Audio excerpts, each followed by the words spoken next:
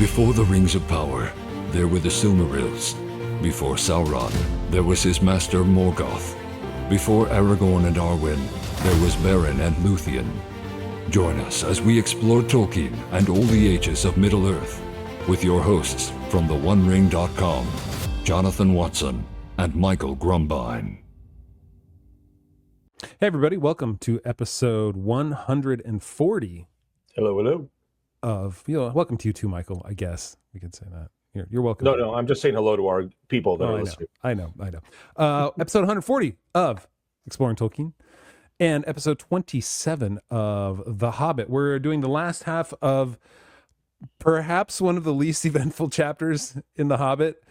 What is this one called? Overhill? No. It's not called. It's called On the Doorstep. I kept thinking Overhill and Underhill. Anyway, it's called On the Doorstep. We're on the doorstep of Erebor, and we're going to get into that.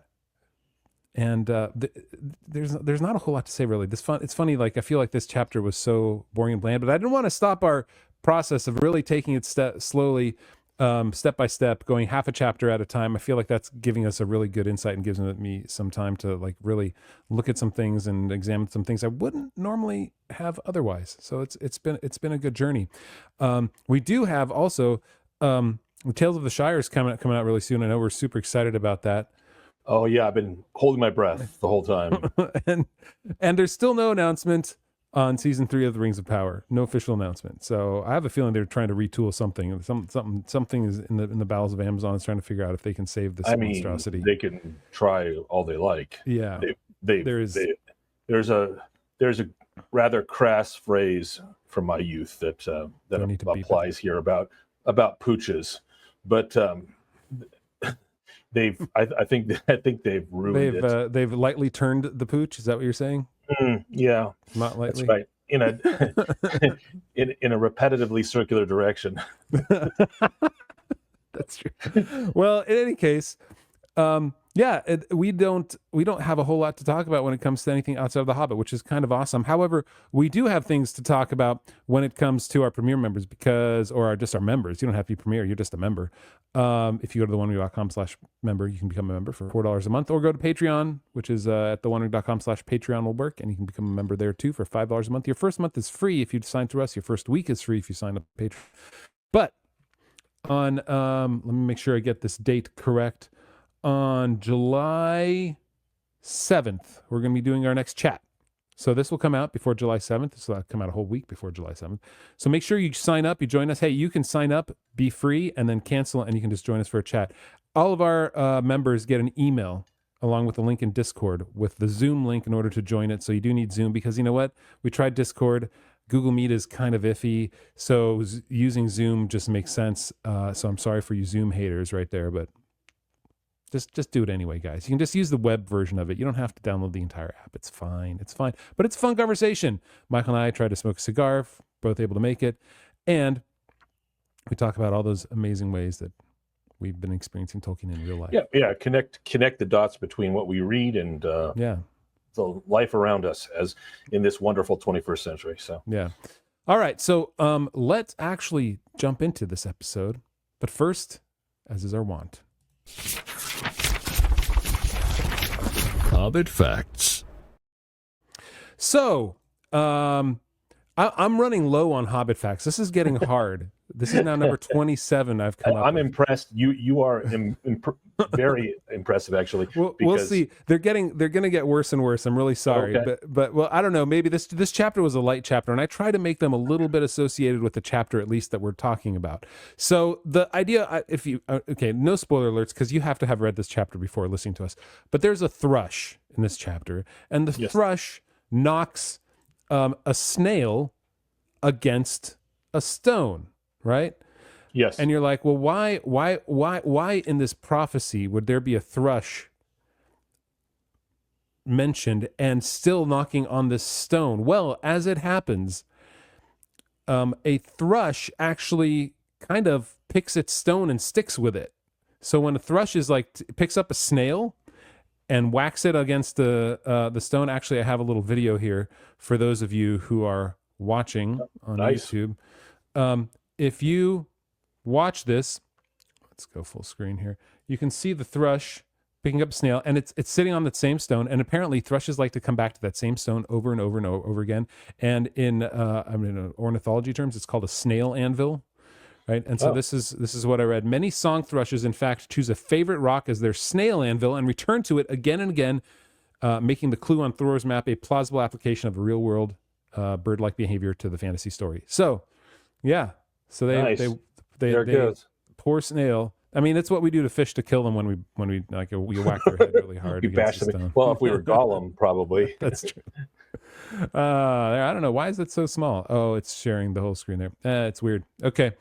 That's all right. They got the idea. I went full screen on YouTube and it went half screen on for us. Anyway, yeah, that's kind of cool. So it makes sense. And again, later in The Hobbit, he does mention that these are, long-lived and magical thrushes. I think you use magical or something along those lines when Thorin mentions them later again. So these, they're friends of the dwarves. Yes, this could be the same thrush that was written about in the prophecy back in the day. So who knows? Or it's also plausible that it's a family of thrushes. They're long-lived, and this is their snail throughout anvil. the year. This is their rock. I mean, it is a single gray stone in the midst of a little grass bay, they call it, which is the doorstep. From on the doorstep, it's the doorstep to the secret door. So not really a doorstep, but yeah. That's very plausible. There's another aspect of this which I find very curious and less plausible, but we'll talk about that as we get into it. All right. Well, let's start talking about it then, Michael. You can give us the recap of this chapter. It's going to be like 45 seconds long. Oh yeah, this is a super long recap, folks. Let's listen up. Half chapter. Just grab your coffee. Take one sip and then we'll be done. A cup or two. All right. So at the end of our last episode, which was halfway through the chapter on the doorstep, they had discovered the bay, this little grassy bay way up in the mountains, which you have to get to through a thin trail, a dangerous trail. What I mean by thin, gets thin in places. And so they're excited and they're heading up there. And the rest of this chapter is them sitting around waiting for something to happen, trying first to open the door. They know the door is there, and then they try unsuccessfully in a variety of ways. It turns out the door is magic and very clearly ascribed to magic. The fact that they're dwarf mining tools, one would think, are rather high quality. Dwarves don't do low quality mining, but yet their tools immediately bend like lead. The steel picks and stuff when they hit the door. So magic door doesn't open with picks, with mining tools. So they just sort of sit around getting glummer and glummer until finally a magical event occurs and the door opens with the key that Thorin has. But they almost miss it, and luckily they don't, because the Hobbit's there and remembers as things are happening. Although there's some very curious commentary that happens. It's to make this almost like a mini Deus Ex Machina sort of event, but that is a reality in some fairy stories, and clearly that's what Tolkien has chosen for this. So at the end of this chapter, the door opens, and the end. That's it. That's the chapter. They go up, they try to open the door, they aren't successful. They sit around for days, getting more and more depressed, and then finally, the last day of autumn comes, and the last ray of sunshine from the sunset comes, hits the door right in the right spot, and a keyhole appears, and they're able to open the door. So that's it. And then the chapter ends, and the next chapter will be the exploration of the secret door. But yeah, that's super exciting chapter. Yeah, it's as a whole, the chapter, not much happens. Although I think again we are pointed to the fact that Bilbo solves the problem. Bilbo, like the dwarves again in this chapter, they give up so easily. They go through this, right? Tolkien writes that they went down the valley and up the newly found path and narrow ledge. They could carry no bundles or packs, so narrow and breathless was it, with a fall of 150 feet beside them onto sharp rocks below. But each of them took a good coil of rope and tied it. Anyway, they go through this process to get there, and then they just kind of give up when they're there again, right? Sure, their stuff has been broken, they've been there a night, but as Tolkien also wrote, like they essentially forgot about the entire prophecy. They were too eager to trouble about the runes or the moon letters, but tried without resting to discover where exactly in the smooth face of the rock the door was hidden. So they totally just forgot about everything. Thankfully, they had Bilbo, who had been looking at the map and was thinking about it, but he too seems to be, I don't know, he was not as engaged as I thought he would have been for somebody who was studying it, at least at this point. Right. And I mean, as we discover, of course, there's not going to be any hope of getting the door open until the right time occurs anyway. So it doesn't really matter what they were going to do. And I couldn't find how long they were there. I think it was just one night. No, it says one day. Tomorrow begins the last week of autumn, said Thorin, one day. So one day implies that they've been interesting. there. I didn't catch that one day, right? Because it's clearly they're there for the day. And then it says tomorrow begins the last, it said Thorin one day, but they don't talk about how many days he's there. They're there, all there. Yep. And said, they sat and sit and think they did, or wander aimlessly about, and glummer they became. Their plan was really bad. They still, this is the thing. Okay, so here's where this is kind of the height to me. Everything. Let me start this way. Everything that happens after this chapter has much more of a realistic flavor to me. And by realistic flavor, of course, I'm referring to true realism in fiction, which is you have a world that you've created with rules and mechanics that govern this world, that make it the same as ours, or that make it different from ours. And you tell a story that's believable within that framework. This is the last chapter, and this is the last moment when it feels like, to me, except for a very distant hypothesis, which I can lay out, but it feels to me like this is less believable. This moment is less believable. And this opening of the door, for example, the fact that the dwarves have no plan, and the fact that they're useless except for this fat little person they brought from a domestic from a land with no war and no adventure all the way across the world, and he's supposed to be the one that saves them.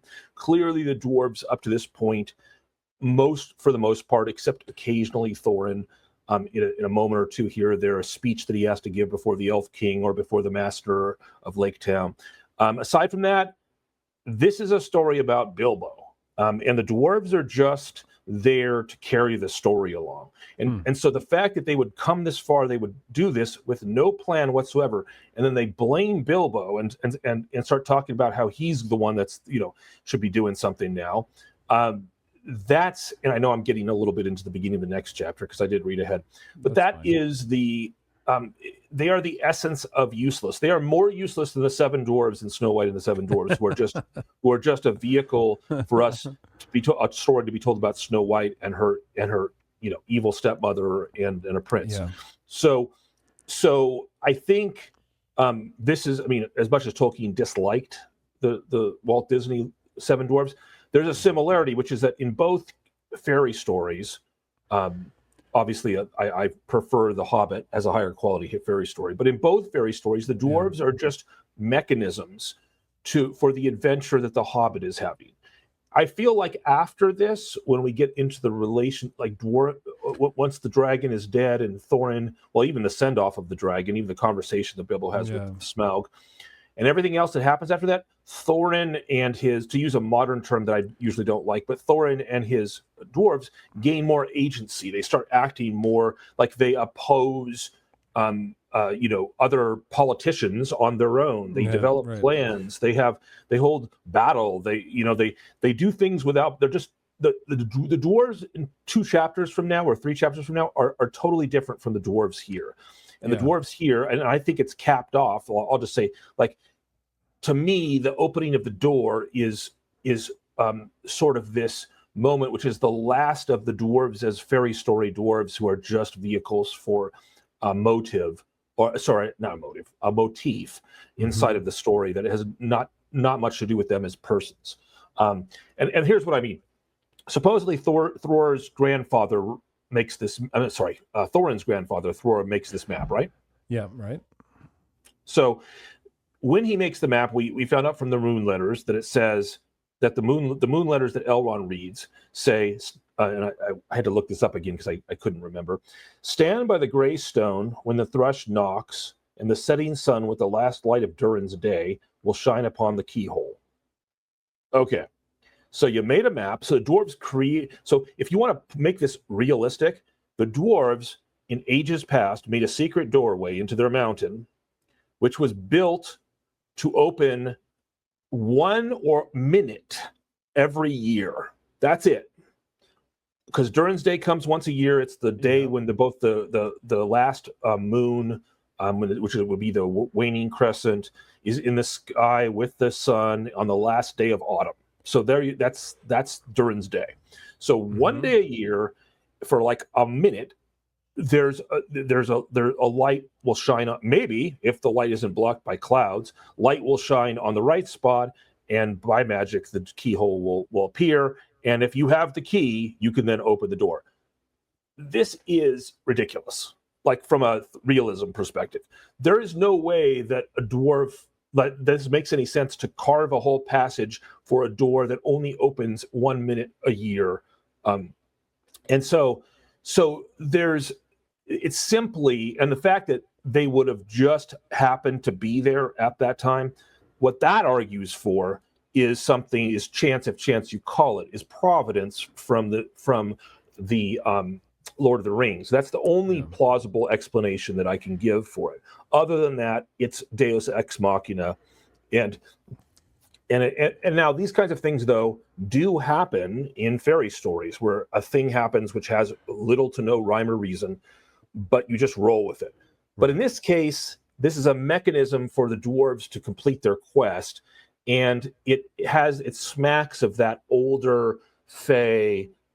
This has no rhyme or reason beforehand, but we're just going to roll with it afterwards feeling to me, and less like Lord of the Rings. But from here on out, the dwarves behave much more like agents, like they would, like characters from the Lord of the Rings do. So I see this, I know I've said this before in other parts, but I see this as another point of transition from the older fairy story that Tolkien is sitting around a fire telling his children, and the full-blown secondary world epic that he's going to craft for Lord of the Rings. So anyway, long-winded, but I see this as a moment of transition in that regard. Interesting. What do you think? There's a lot. So I have two thoughts. Let me start with the door, and then I'll move on to some thoughts about the dwarves. So the door, we read that when the light hits it, a flake of rock splits from the wall and falls. Right. So does the rock regrow over the stone every year when it happens, or is this really only the first time that's ever happened? And that flake of stone was the one covering the keyhole. Yeah, exactly. Right. Yes, precisely. And so is there it's the fortuitousness of being there on this exact day and it never having happened before, and they see the keyhole there, is a little harder to believe when it comes to like it's the real world. This is the real way a story would tell. However, when it comes to being a backdoor, if this backdoor was created, years and years ago, there could be reasons for kings to have these backdoors, perhaps for treachery. But even the king can't get back in the back door except 1 minute once a year. But at least he could get out, and he'd know how to get back in if he had to okay, come there. So an escape I don't know. hatch. I'm trying to play devil's advocate for the positive nature of this. That's totally believable except for the inscription part and the fact the door will, even if you are the king with the key in your hand, you can only open this door 1 minute once a year.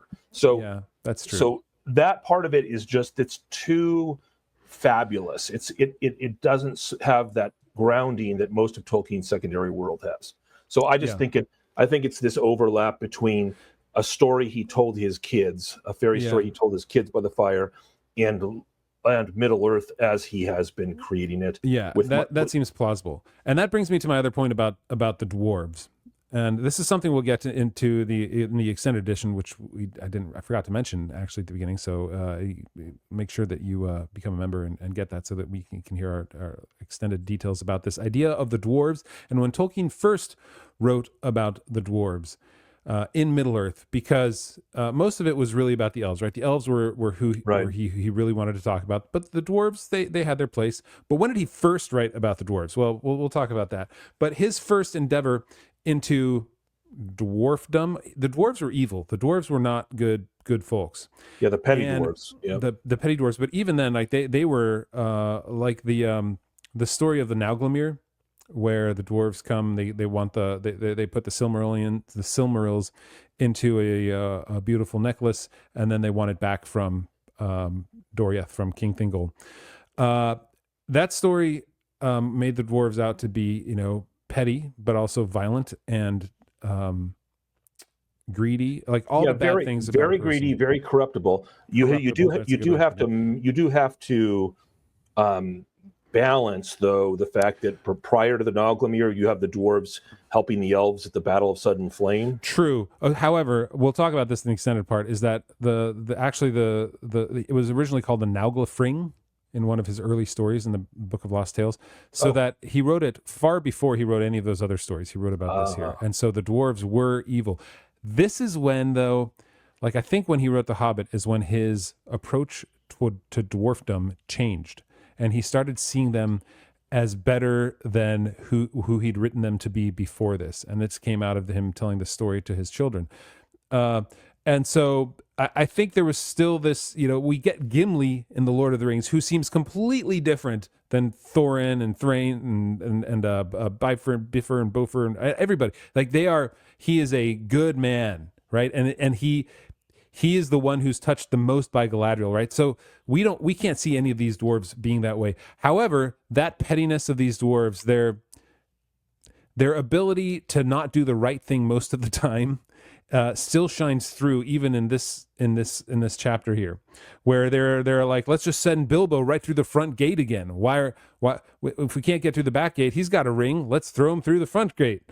And then Bilbo always is like, well, it's always me that you're coming to. It's always me that has to save your butts. So I think this is the point of transition for the dwarves, from the evil dwarves that he had been writing, or had been at least had been a part of Middle Earth at that point, to something more, to actual characters with dynamic personalities that can become good. Yes, and so I agree. I still see we see that original attitude toward the dwarves still coming out in certain instances in this chapter, and maybe this is where he made that turn. Like you said, this is the turning point. He made that turn to where they have the agency in order to do the right thing moving forward. Now they're going to continue. Thorin's going to get worse once he gets his kingdom back. Yes, but worse before he gets better, and by better I mean dead, and then better right before he dies. Right.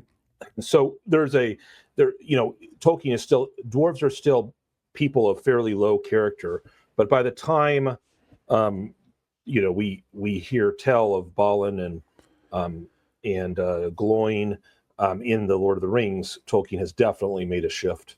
And Gimli, as I've said before, is frankly, he's knightly. He has chivalric values with regard to Galadriel.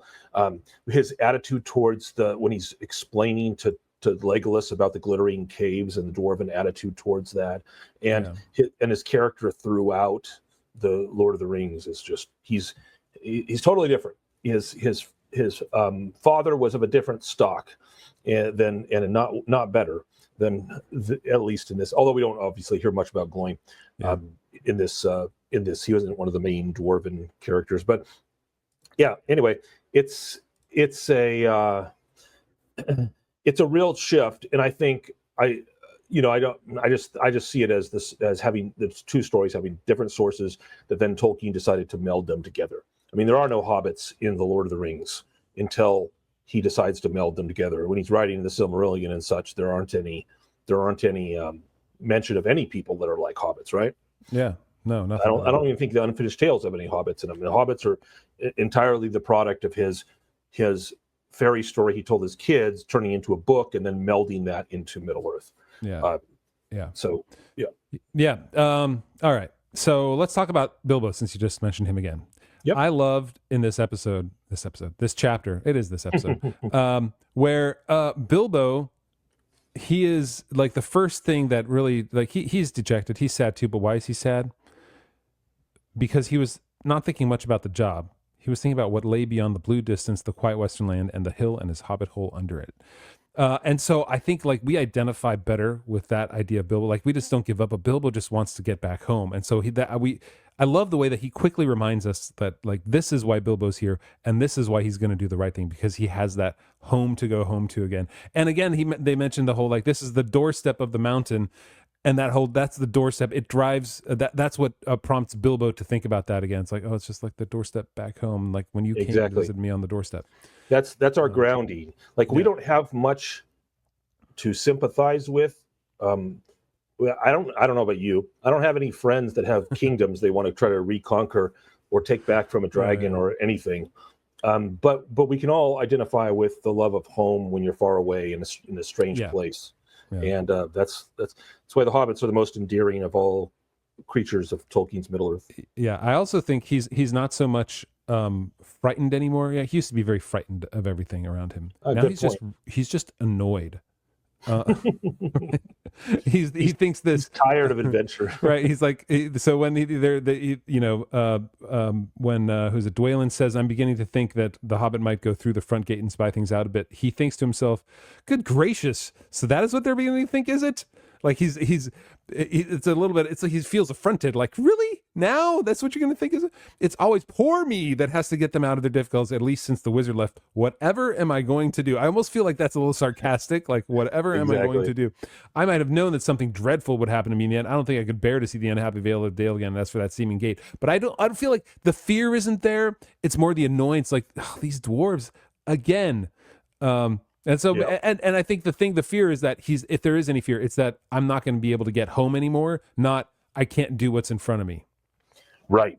He doesn't seem to care that much about what's in front of him, except he has some sort of pride in his job that he's been hired to do. This is a very English thing, by the way. This is sort of like, I've stopped caring about you all because you're a pain in my rear end. But I did agree to do the job, so I'll do the job, and then get on. And it's not like he doesn't like them. Although one wonders at certain moments, but they are, one of the things I find interesting about the story is there's no close friendship. There's one mentioned with Balin or Dwalin that he was a little warm towards the Hobbit, but besides that, there's nothing. There's no Bilbo doesn't develop any friendships with any of the dwarves in particular throughout this whole journey. This is another point which adds to my my thesis that the dwarves are more story mechanisms and less people, because it's almost like there aren't real, like Philly and Killy are real people, and Thorin's a real character, and the rest of the and Bomber's a laughing stock, and the rest of them are just kind of there to move things along, and he'll pull names out of hats, when it comes to which one this or that happened to, and so or said this or that if it's not going to be Philly, Killy, or Thorin. So and even with Philly, Killy, and Thorin, we don't hear that Bilbo has any great warmth or friendship different from any of the other dwarves, and it doesn't talk about him being friends with the dwarves either.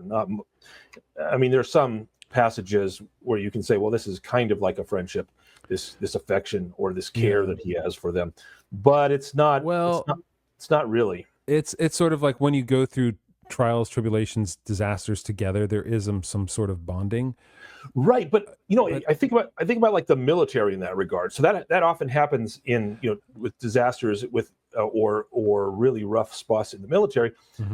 But there's a greater bond with the people. I just don't see that bond with Bilbo. I agree, but the bond is that they, time is just their bond at this point. That they've gone through this together, and that they have a relationship based on the necessity of the journey. I don't know, like, is there even respect? Like the dwarves, I don't know, I can't remember if he uses the word respect, but they certainly valued Bilbo more at this point. But I don't know, does Bilbo respect the dwarves or any of the dwarves at all at this point? I don't think so either. I don't think there's a single indication. I think the dwarves grow to respect him a little bit more. There's a few sentences about that. But the attitude Bilbo has towards the dwarves is irritation. Yeah, right, exactly. He's frustrated with them. He's irritated with them. He's tired of their shenanigans. And frankly, as a reader, I kind of am too. Like, they're fairly, like, for a supposed king and his retinue of loyal followers that are supposed to be winning back the king's kingdom with him. They're all rather pathetic, and they're also mean spirited, and they remind me of like badly behaved children. And I've had a lot of those over the years. And I think that's how Tolkien saw them as dwarves, right? That was how he that was that could be from the Norse mythologies. They weren't great people either, and so it carried over into how he told the stories. Yeah, these are very Norse. But then I think he realized he had to change them. He had to make the characters dynamic. He had to at least give them some sort of positive reason for being other than right. And I think we see that as we move forward, and we'll see that further. Yeah. It's interesting. Yeah. I mean, there's not a whole lot to say in this chapter other than I really like the last full sentence of the chapter, and it goes back to what we talked about. I was going to bring that up too. Good. Good. The last episode, we talked about he gives life to the mountain, that it's not just Smaug. The mountain is there, right? The arms of the mountain. It feels like you're being sort of encompassed by it and held by it. It's not an inanimate object that you're just walking on or that you're just hiking through. It's actually something living and breathing, which brings us to this line. Let me read it. After they opened the door, a door 5 feet wide, 5 feet high, and 3 broad was outlined and slowly without a sound swung inwards. And then here's the last sentence. It seemed as if darkness flowed out like a vapor from the hole in the mountainside, and deep darkness, in which nothing could be seen, lay before their eyes, a yawning mouth leading in and down. Just a great way of again giving us this idea without saying, like, this is like you're walking into the mouth of the danger that you have, that has been, its arms have been around you now you're actually deciding to be swallowed by it. And it has that vapor, and we talked about the vapor that comes out off of the out the front door too that we see. And now it's the darkness that flows out like a vapor. So there's seriously something about what the dragon is doing inside the mountain that brings out this. Go ahead. Yeah, we mentioned it before too, right? That Ungoliant emits darkness. Shelob emits darkness, like actual darkness comes out of them, and especially Ungoliant. And so now we have darkness flowing like a vapor. We have hints of that in the front gate. And the idea that, like, the land is still desolate all around the Lonely Mountain, hundreds of years afterwards, which is not normal. It should have regrown, because it's not like the dragon just comes flying out every week and burns everything down again. There's something about the tangibility of evil and darkness in Tolkien's world at various points, and dragons being fully evil creatures, like orcs, like trolls, like the great spiders. They're just corrupt existence. It would make sense that darkness, which is a lack of light, is a kind of thing that they surround themselves with. They maybe emit, especially the bad one, the really powerful ones. And so that part was also fascinating to me, and I love the mountain yawning its mouth open for them to enter. Yeah, it's a very small mouth, but it still leaks out darkness. Everyone there is a dwarf or a hobbit, so it's not as small as it would be to us. No, that's true. 5 feet tall, 3 feet wide, 5 feet high, 3 broad. Yeah, yeah, great. I think his writing has gotten better as the book progressed. Actually. Oh, absolutely, yeah. And it even goes to just one other line to bring up here. Let me scroll over to it here. And I think I did read it earlier. In any case, where he talks about how they carried themselves, or they walked along the narrow and breathless path of the ledge. Tying ropes around their waist, you mean? Yeah, so they could carry no bundles or packs, so narrow and breathless was it, with a fall of 150 feet beside them onto sharp rocks below. But each of them took a good coil of rope wound tight about his waist, and so at last, without mishap, they reached the little grassy bay. Okay, it's still a short phrase, a short bit of prose that gets us to where they need to be, the little grassy bay. But I wanted to compare that a little bit with what he said when Bilbo and the dwarves witnessed the rock giants, the stone giants, throwing things, and they had their thunder battle. This is all that he wrote when they went up into that ledge. He wrote, "They were high up in a narrow place with a dreadful fall into a dim valley at one side of them."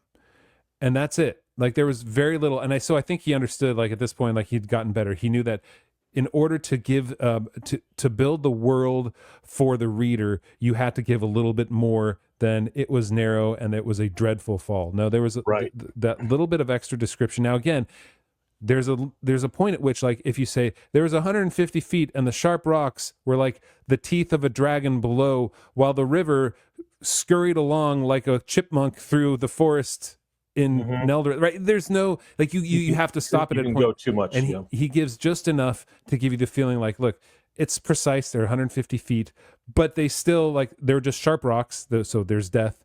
And they had to be safe. So they took a good coil of rope, not just a coil of rope. It was a good coil of rope because they had to be safe. So all these little words, all these little things are far better than they were high up in a narrow place with a dreadful fall into a dim valley.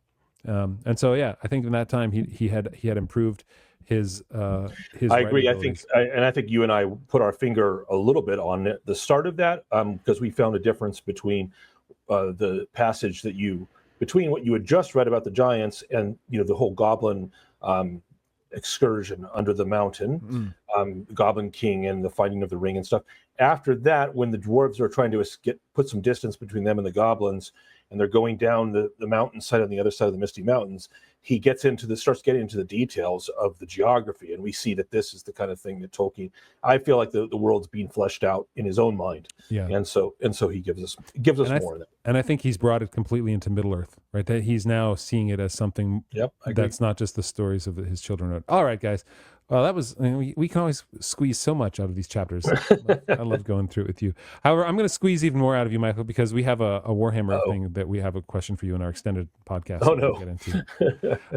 And then I have a few comments from YouTube that are kind of fun that we want to talk about, some thoughts about that. And then we're going to talk about the dwarves and when did Tolkien introduce dwarves into Middle-earth? How early was it really?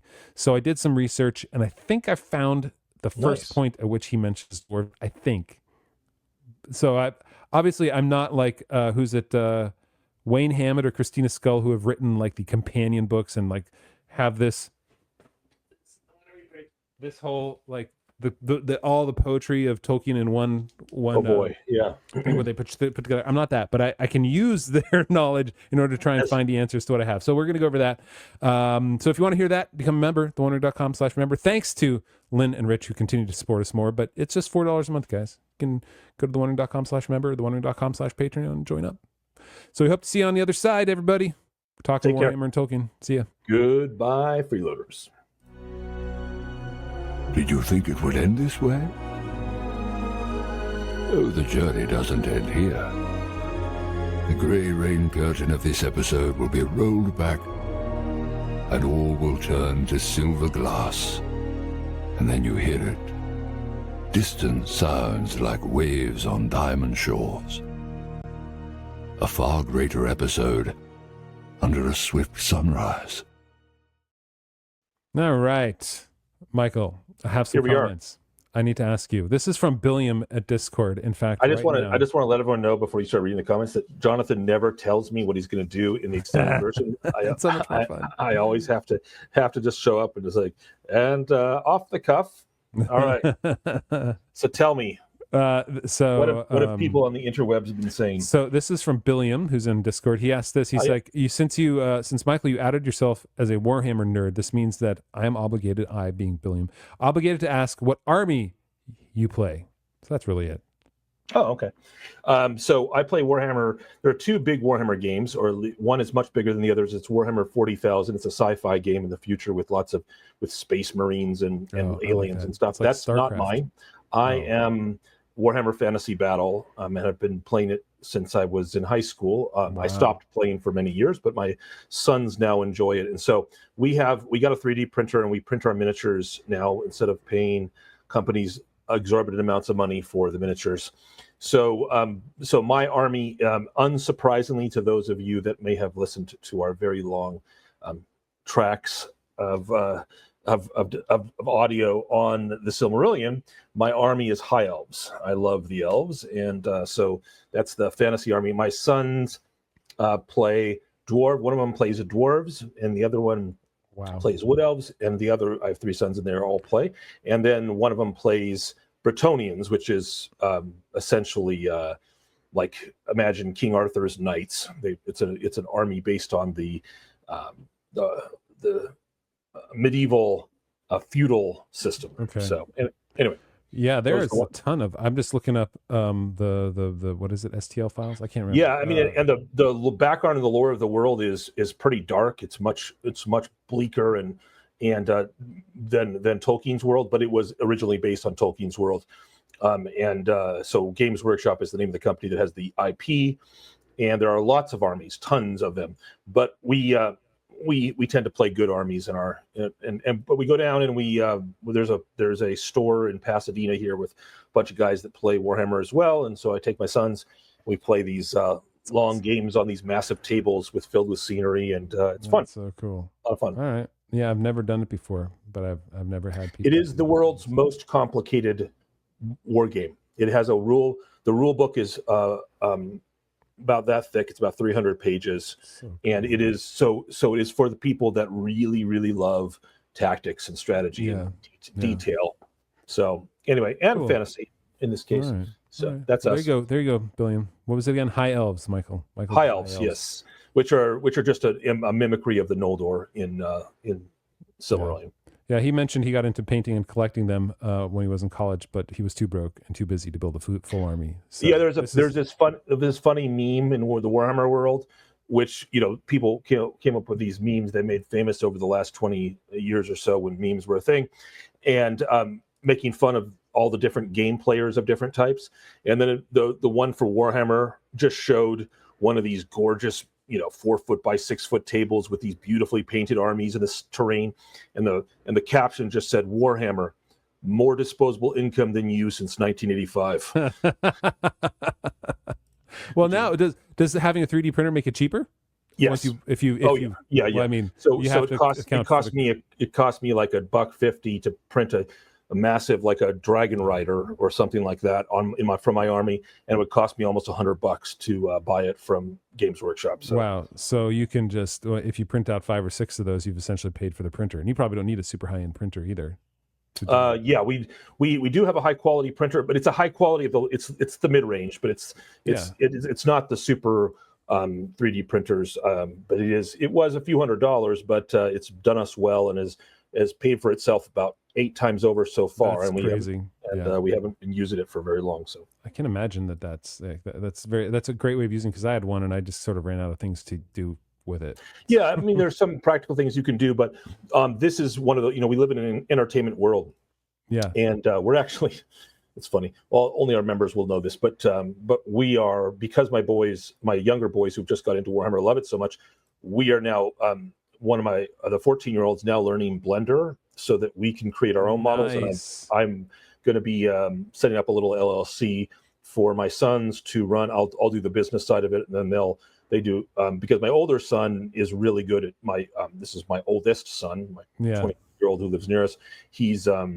He's really good he handles the 3D printer side. Like he's an excellent troubleshooter now. He's learned about all there is to learn about 3D printing. And I shouldn't say that, there's probably more, but anyway, so we're going to start a little business and have my younger sons be able to earn a little bit of money by making models. That's a great idea. Because you can either buy the digital Blender or model, or you can pay us to print it out for you and mail it to you. So anyway, crazy. All right. Okay. Yeah. Well, anyway, there you go. More than you ever wanted. More than I ever wanted to know. About 3D printing too. All right. So let's go to some comments that people had. I just went through some of the YouTube comments from recent episodes, and I thought I threw out a couple here. One, we've talked about Tales of the Shire, the new cozy Hobbit game coming out. And Nuclear Scarab on YouTube said this here: they should make a 100% cozy Hobbit game with no combat, market it as such, and then force players into an intense adventure after a few hours of organizing their perfect Hobbit home. And I was like, yes! What a great way of making sure that the spirit of the Hobbit is alive and well. Don't get too cozy, because your Tookish side is going to have to take over. No preparation. So, I love that. You don't get to claim that your character's been preparing for this for years as a mercenary or something. Yeah, I'm making D Dungeons and Dragons joke here, but It's that would be so much fun to get all the people, all the sim loving people that to have a sudden adventure. Gandalf just comes in and forces you to leave your perfect hobbit hole. Yeah, that'd be great. Like just all of a sudden you're like, wait, what? What's going on? Oh my gosh! No! Oh. It's kind of like this goes back to what Assassin's Creed 3, where they have you play a character the first like hour of the game, and then you realize you've been playing the bad guy the whole time, and then the game actually starts as you play the good guy. So something I've never played Assassin's Creed 3. A nice turn of events there. All right, so let's talk a little bit about so this is going to be a little bit of a longer comment, but this is the idea we talked about, like why are the dwarves different, what makes them so petty and so greedy. So this was, this is kind of like retconning an idea into this tale of it. We'll see what you think about this. Is from Timasion, Timasion on YouTube. He said, Thrain II had one of the 7 rings given to the dwarves. He left on his adventures in the third age of 2845. Gimli wasn't born until 2879. However, the 13 dwarves on the quest of Erebor, except for Fili and Kili, were born before Thrain II left. It is mentioned that Fili and Kili were rather lighthearted compared to the other dwarves of the company. While that is attributed to them being so young, could it also be attributed to the influence of Thrain's ring? Could it be that the reason why most of the company acted so petty and childish is because of the influence of Thrain's ring? And it is mentioned that the dwarven rings enhance their lust for gold and their obsession for wealth. Well, it could be, but Tolkien hadn't created the additional rings at this point yet when he'd written The Hobbit. So yeah, I mean, I hear that idea, and I see the likeness to, the dragon gold sickness from the movie, where you're saying let's bring in some outside influence and have that be the corrupting effect. And that's not an un-Tolkien-esque idea, right? Right. The rings themselves are, in fact, corrupting influences, or can be. The elven rings aren't corrupting, but the others can be. And because they were created by the ultimate corruptor. And so I hear that. I don't think it's very plausible, because one would have to be in proximity to the ring, right? And who has the ring? The ring affects the wearer more so than, at least from what. Right, but but who has? Does Thorin have Thrain's ring? What's going on there? Well, they're saying he was with Thrain at the time. They're saying that all these were born before. Yeah, Thrain. I don't think that even the One Ring doesn't like corrupt people that just happened to years ago have been with next to it once. Right. Or even for a while. It's a stretch. I like the attempt to like try and retcon some of the things from the Lord of the Rings, and we just have to know that this was written before the Lord of the Rings. And well, I'm with Timasion. Was that the name of the? Yeah. Mm-hmm. Wow, good memory. I'm with him. I'm with him or her in spirit, because when you are introduced in Lord of the Rings to Gimli, he is a laudable character. He is someone that, and so then if you read them, and a lot of people do, they don't experience The Hobbit until they've experienced the Lord of the Rings, either a movie or book. And so there is just a big disconnect between them. But as you pointed out, that disconnect goes all the way back to Silmarillion. So it isn't as if it was just a product of the the childlike fairy story of The Hobbit. It's a deeper thing. And I think Tolkien, this is politically incorrect, but I do think that he thought that he just conceived of the dwarves in the same way that they are mythologically conceived of in the Nordic mythologies and others, where they are creatures of the earth, and they're low. Their aspirations are low. Their desires are low. They're always greedy. They're always good crafters, but they're covetous. And in almost every fairy tale I've ever read, they're covetous. Even things like Rumpelstiltskin, he was described as a dwarf. Right.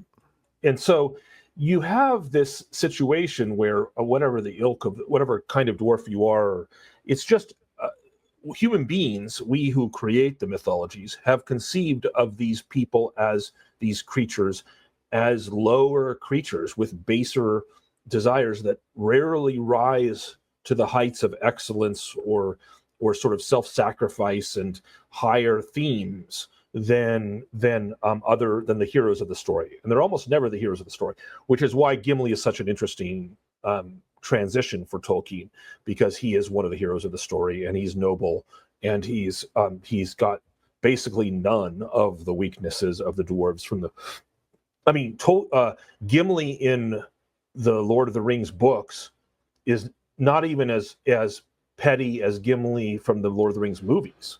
Like Gimli in the Lord of the Rings movies is a punching bag, as you and I covered in our we were talking about the changes. Yeah. He's just there for comic relief and to say stupid things once in a while, and so he's the Gimli of the books is actually more like a knight than he's than more honorable is the word that comes to mind. Yeah, very honorable, very noble. Not that he doesn't make mistakes, but he's got a mystery to him, and like the secretiveness about the kingdom of Moria, of Khazad-dûm, and there's a lot of depth that there is to the other characters. It's sort of like, the dwarves are actually, they're going to reclaim their stolen gold. They're not even going to reclaim their civilization or their kingdom. Right. So it's like from the beginning, you're like, oh, these guys are just this is all about gold. Greedy jerks. Yeah. But Gimli, that's never even mentioned, right? He's never even mentioned he's in anything for the gold. Right. Exactly right. Yeah. All right, so let's go on to the idea of dwarves and where they came from. So Charlie Nicoli 9940 wrote this on YouTube. I think the dwarves were written in The Hobbit, but weren't in the Silmarillion at the time. I think only when Tolkien wanted to make The Hobbit part of the wider story did he then add dwarves to the Silmarillion, because it's something we talked about. When did he really start writing about dwarves? And he writes that I could be mistaken since it's been a long time since he's read the histories of Middle-earth. So, okay, so I did a little research to try and say, like, okay, what is the earliest mention of dwarves in Tolkien's cosmology of Middle-earth? Okay, so in the Book of Lost Tales, which is something that he wrote in 1917, I want to say. Started in 1917, right? Yeah, and this was, at this point, he had already written of the Fall of Gondolin. That was the first story he wrote in Middle-earth. And in the Book of Lost Tales, he does have the Tale of Tinuviel, and in the Tale of Tinuviel, I'm going to read a long line from this here. We remember in the story we know of Beren and Luthien Tinuviel, by the way. So this is Beren and Luthien. Tinuviel is Luthien. She is put into essentially a treehouse at one point, right, by her father, in order to keep her safe. And she escapes by lengthening her hair. She essentially Rapunzel. Yes, right. She Rapunzel's out. Tolkien goes into far more detail about how she actually does that in the Book of Lost Tales, and he writes this. Now, Tinuviel took the wine and what this was actually, she had a dream given by the Valar, actually, in the Book of Lost Tales. That's what's in. Now, Tinuviel took the wine and water, and when she was done and singing a very magical song all the while, she mingled them together, and as they lay in the bowl of gold, she sang a song of growth. And as they lay in the bowl of silver, she sang another song. And the names of all the tallest and longest things upon earth were set in that song. The beards of the Indrivangs, the tail of Carcaras, the body of Gloran, the bowl of Hirelorn, and the sword of Nan she named. Nor did she forget the chain of Angain, all this sort of stuff. All these names have been changed at this point. That Auli and Tulkas made, or the neck of Gilim the giant, and last and longest of all, she spake of the hair of Uinen, the lady of the sea that is spread through all the waters. Now, did you catch the one thing that sounds like it could be dwarven?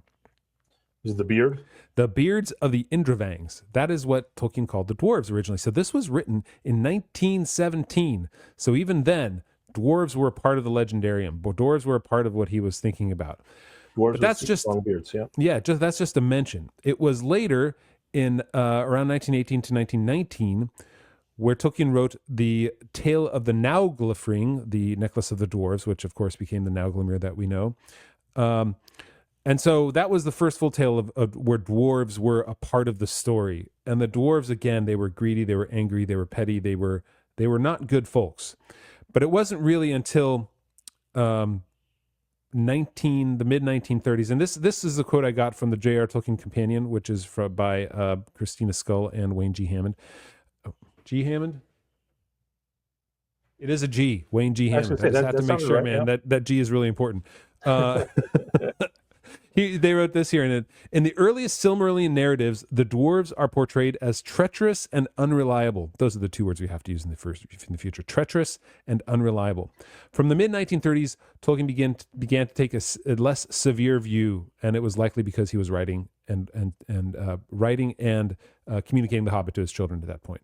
And so telling the story of The Hobbit is what changed his mind about making the dwarves more than just treacherous and unreliable. But they were there early, 1917, 1918, Yeah, 1919. that's from the earliest days. And you can't help but think that, dwarves have been a part of mythology for a long time. So the idea that Tolkien would incorporate them in some way is somewhat natural.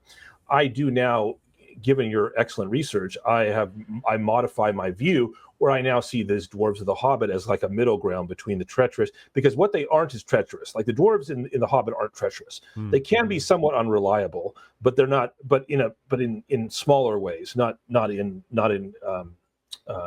huge depend on them ways. So they're fairly useless most of the time. They're petty, but they're pretty loyal. And so, I do, at least to each other. I was just going to say, that was exactly the words I was thinking. I was like, I'll let you go for a little bit.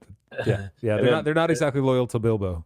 No, but that changes slowly. And by the end they are. And so there's so I do see that evolution, if you want to call it that. So that's good. So there you have it. Nice work. Yeah, thanks. Dwarves are early, but not the dwarves we know. Those came later, particularly in the Lord of the Rings. That gives you that idea, like the dwarves of the Silmarillion and the Lost Tales were just sort of petty, treacherous dwarves akin to the Nordic dwarves or Rumpelstiltskin. And then you have the dwarves of the Hobbit, this middle ground of, mostly somewhat comical, somewhat petty, somewhat greedy, not quite treacherous, but getting better. And then you have Gimli, and Gimli is like the ultimate form of dwarf for Tolkien's world, who's truly noble, self-sacrificing, not petty, not in it for gold or reward. Even the glittering caves to him are an object of beauty and wonder, not an object of let's possess this thing because I'm a dwarf. So anyway. Yeah, and it's funny because Gimli is the he's the sort of the progenitor of 20th century dwarves, and so now all the dwarves that we have in the 20th century and other fantasy stories are reliant on the character of Gimli, essentially, in creating them like hardy characters who are brash, but boy, they're loyal and they can see you through a battle, right? They're steadfast, they're and reliable. They're in fact very reliable. They're the opposite of the unreliable. That's dwarves right. Of the They're Lost not treacherous. You don't have to look over your shoulder if you've got a dwarf at your back. He's going to protect you.